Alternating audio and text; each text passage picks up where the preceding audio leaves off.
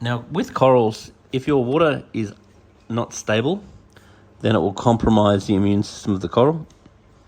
And then when you get everything right, it normally takes about 3, if not 4 weeks for the immune system of the coral to start to come back. And then it will take about 1 or 2 months from then to actually be back. So in this case, we got a little bit of bacterial infection or brown jelly disease in some of these hammer corals. So when you see this sort of thing, it's really important to check all your water quality, check your light settings, and you're going to have to dip these corals. So there's various coral dips, usually like iodine-based or various products like Revive. There's different products with different ingredients that you can try. And then you get the coral out, you dip it in, and then put it back. And it's not bad to do that when you do get new corals as well, just to stop infections coming into the tank. So this tank has been unstable. You'd want to really keep an eye on this blue tang because he's acting a little bit flicky. And this little fella here, the little blue tang, he's in all sorts of trouble. He's very, very thin, and he's got a pretty severe damage of his mouth. I mean, it looks like he's gone full pelt into something sharp and severely damaged himself.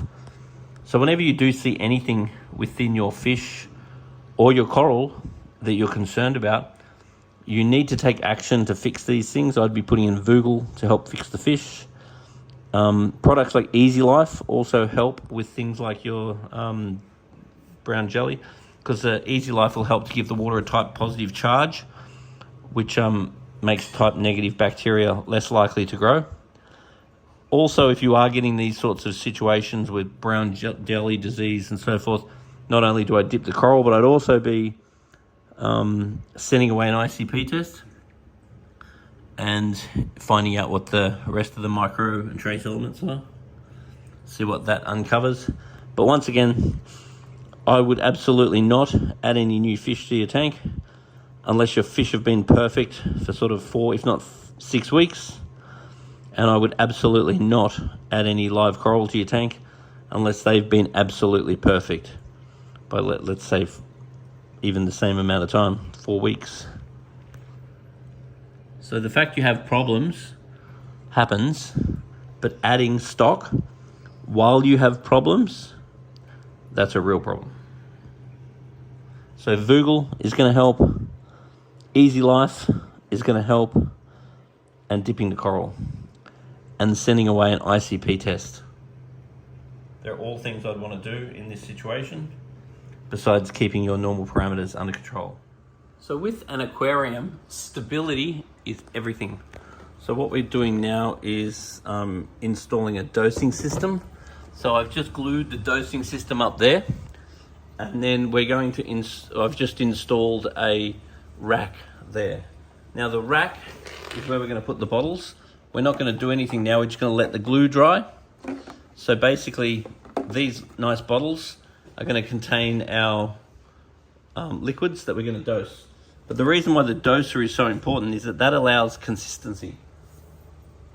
So when you set the doser, you can get it so the same amounts going in, and that way over time, as your tank uses calcium, the calcium is replaced as it's using carbonate, as it's using magnesium, and so forth.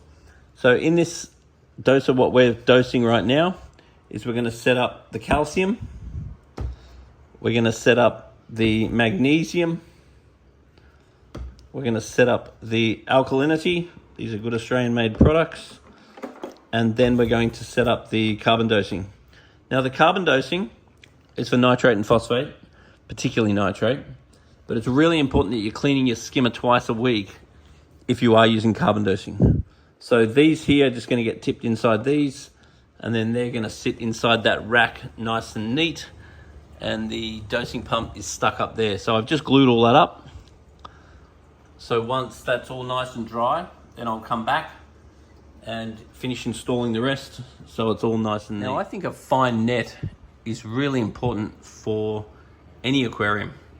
And what I use a fine net for is just removing any detritus out of the aquarium and definitely removing any detritus out of the sump. So fine net's not really for catching fish, but if you see any junk floating around in your tank, or even if you go in your sump and go like this, you'll just be surprised how much debris it pulls up. Now the other thing that I'm really conscious of too is biomedia. So in here we have some what I call fake marine pure products. Now fake marine pure products, when independently tested by Media, have absolutely nothing near the claims of surface area to volume ratios. So Marine Pure has had millions of dollars of research from the wastewater industry to work out the perfect surface area to volume ratio to allow the formation of denitrifying bacteria within the media. All the other products, in my experience, have had basically no research and development.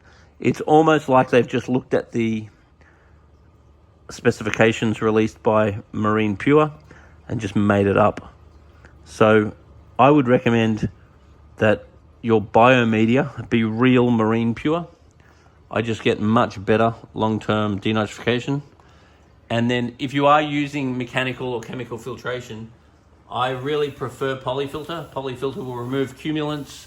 It'll change color to tell you what it's removed, and it'll turn to black to tell you it's finished.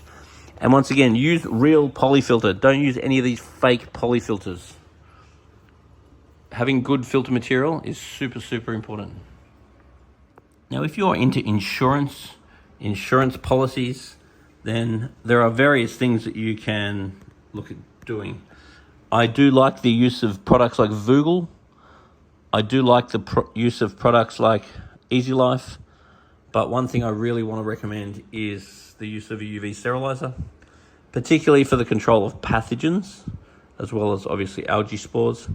So first thing about a UV sterilizer is it needs to be at least 18 watts, preferably more. Otherwise, it will not have the capacity to kill pathogens. And the next thing is it must be very slow flow. So there are also clarifiers and sterilizers. Now, a clarifier tends to have a larger diameter, so it is super important that your water is very slow through the clarifier, whereas a sterilizer will have a much smaller diameter, therefore less water tends to be able to pass through it. So they are the same thing. They have the same tubes inside, but one is capable of moving more water. Now, if you run slow flow through a sterilizer, it will be more efficient. If you run more water through something with a higher capacity like a clarifier, it will not kill parasites. So contact time is super important, and cleaning the quartz sleeve on the inside at least once a year is super important, and replacing the tube that's inside it is super important. So you want to replace that once a year. And then what that does is when the fish are stressed and they're releasing little pathogens into the water, then some of the pathogens will go through the UV sterilizer and therefore get killed before they infect the fish. In saying that, I am also a very big fan of cleaner shrimp. Cleaner shrimp are another wonderful way of reducing pathogens, but you do need to be careful when mixing cleaner shrimp with hawkfish and wrasse, particularly if they're big. Often works, doesn't always work. The famous last words of many happy reef keepers is, I don't need a chiller because I've got aircon.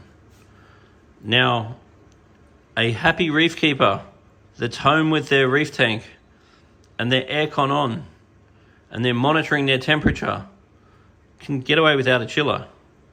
But here in Australia, we have very hot summers and we like to go away on holidays. So the famous last words of a happy reef keeper is, bye-bye, I'm off on holidays now. And then while they're on holidays, their house is closed up, and guess what? Their aircon's not on. Then they get back from their lovely holiday and they're tanned and they've had a lovely time, and they open the door and their house completely stinks because their tank has completely wiped out, because holiday time in Australia is the hottest time of the year, and there's been some 40 or even 45 degree days while they're away having a lovely time on holidays, and the aircon has not been on at home, and then kaboomba, no longer are they happy reef keepers?